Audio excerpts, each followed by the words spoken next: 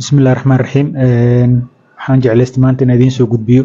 sheeko ka mid ah sheekooyinka cajiibka ah hadda ka hor horey soo maray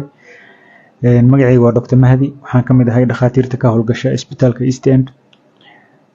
muddo taqriiban laga joogo 10 sano isbitaal aan ka shaqeynayay waxa igu yimid hooyo Soomaaliyeed oo wadatay markaa magac aad u cajiib ah oo aan weli hor u maqal marka waxaan weydiiyay inay ii sheegto hadduu magaceeda macno ku fadhiyo iyo sababta loogu bixiyay waxay tiri aabahay wuxuu ahaan jiray odayaasha dhaqanka ee qabiilkeena wuxuu ahaa aaba aad loo xushmeeyo oo laga dambeeyo laakiin nasiib xumo wuxuu ahaa aaba aad u qalafsan oo dhaqankii hore jahliga oo Soomaalida ay lahaan jirtay laga tagay wili ku dhagan wuxuu aad u jeclaan jiray in caruurtiisa ay wada noqdaan wiilal kuwa hadda iga waaweyn oo dhan waa wada wiilal ay dhahday markaan dhashay oo aabahay ogaaday inaan gabar ahay aad iyo aad ayuu u dhibsaday wuuna xanaaqay wuxuu markaa diiday inuu magacii bixiyo hooyaday waxay isku dayday aabahay inay ka dhaadhiciso inuu magacii bixiyo oo uusan tuurin aabahay markuu wuxuu yiri gabar faa'iido ma lahane gabadhaada meesha aragtid geyso hooyaday waxay tiri markaa gabadhan faa'iido way leedahay caruurtaadana way ka mid tahay haddaad diidin inaad magac u bixisid hadda wixii ka dambeeyay gabadheeda faa'iido lahaa magaca faa'iido marka halkaas ayuu ka yimid dhahay doctor waxay iga sheekaysaa bal adiga iyo aabbo meesha ku kala dambeyseen waxay tiri ma rumaynaysaa aabbo oo waayeel ah oo indhoolo ah inaan caruurteeda ku dhaxayo maanta oo aan ila joogo qof kale oo la waayay oo waxaan weydiiyay wiilashii aaway ka waaweynaa waxay tiri wiilashii qaarna magaalada geeska joogaan qaarna dibadaha ay jiraan tooda ayaa ka badan waa cajiib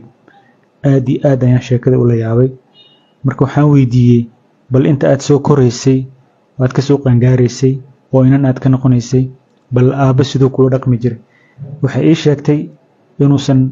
marnaba aabaheed uusan ku faraxsaneen wayna ka dhuumin jirta mararka qaar caruurtiisoo kale uu soo dhaweysan jiray wiilasha iyada laakiin ma aysan dareemin waalidnimadii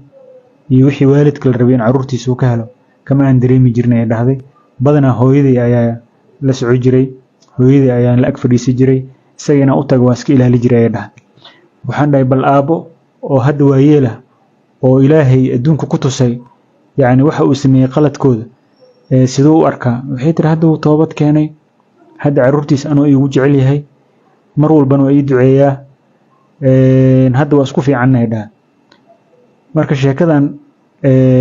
waxay tusinaysaa oo cashar ay u tahay waalidiinta weli fikirkaas ku dambeeyo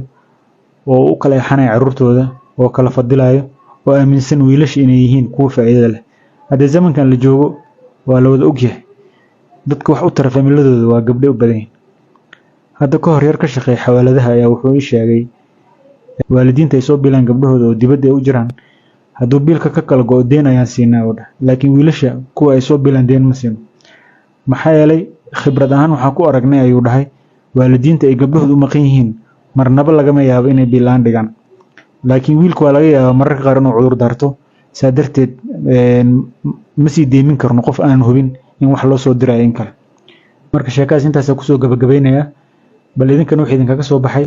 bal hoos noogu soo gudbiya waana mahadsantihiin